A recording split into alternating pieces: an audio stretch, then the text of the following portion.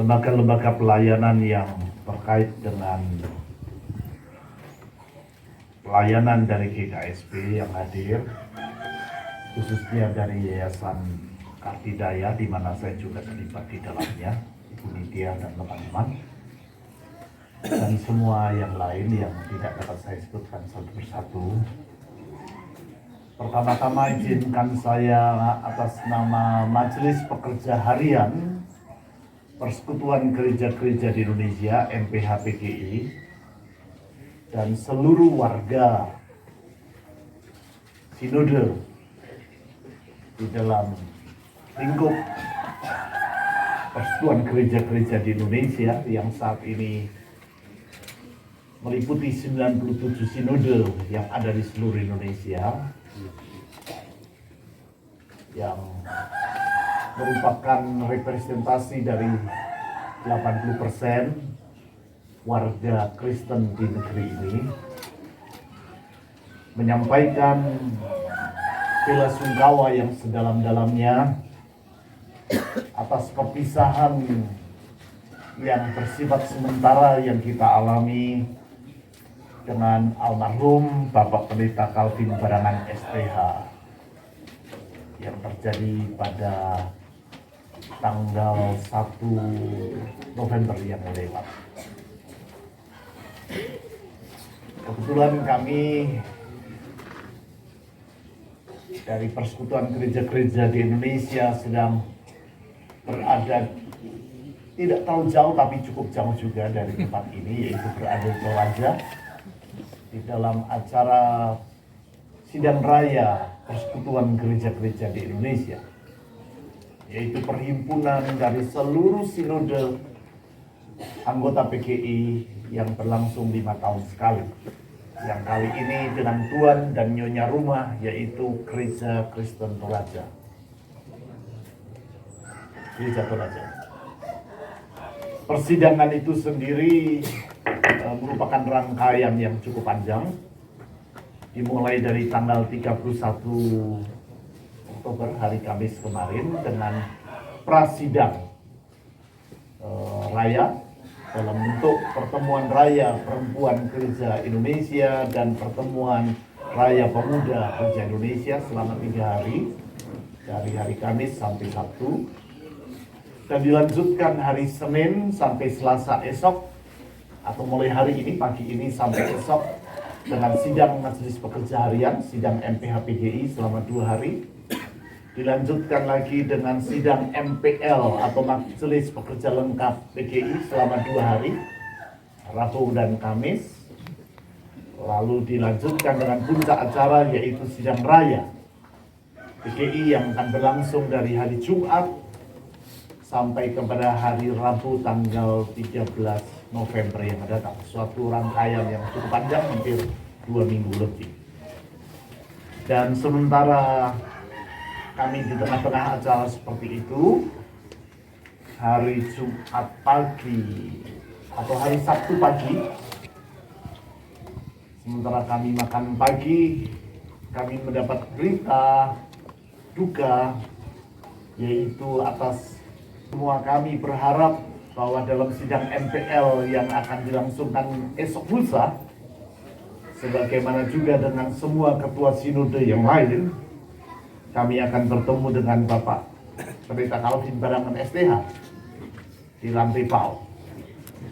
Tetapi nampaknya Tuhan memiliki kehendak yang lain, sehingga karena itu diputuskan salah seorang dari ketua yang ada di antara para ketua PGI untuk berangkat kemari, dan kebetulan yang sudah hadir hanyalah saya, sedangkan ketua umum masih di Jakarta, ketua-ketua yang lain masih berada di daerah, sehingga saya hari Minggu kemarin berangkat didampingi oleh Pendeta Ronald Apilatu, yaitu Kepala Biro Papua dari Persekutuan Gereja-Gereja di Indonesia, untuk menyampaikan rasa duka dari bukan hanya MPH-PGI tapi seluruh warga dalam keluarga PGI, karena begitu berita tentang wafatnya almarhum Bapak Pendeta Calvin Barangan SPH diumumkan di dalam grup WhatsApp PGI, maka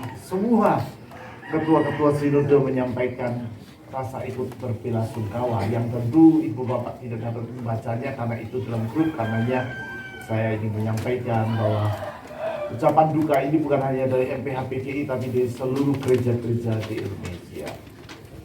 Kami tentu merasa sangat kehilangan dengan kepergian almarhum, karena setiap tahun khususnya bulan Januari selalu dilaksanakan majelis pekerja lengkap sidang MPL PGI, dan di dalam sidang-sidang itu almarhum hadir, sehingga sempat berinteraksi walaupun secara singkat hanya dalam 1 minggu, tetapi interaksi itu sangat mendalam.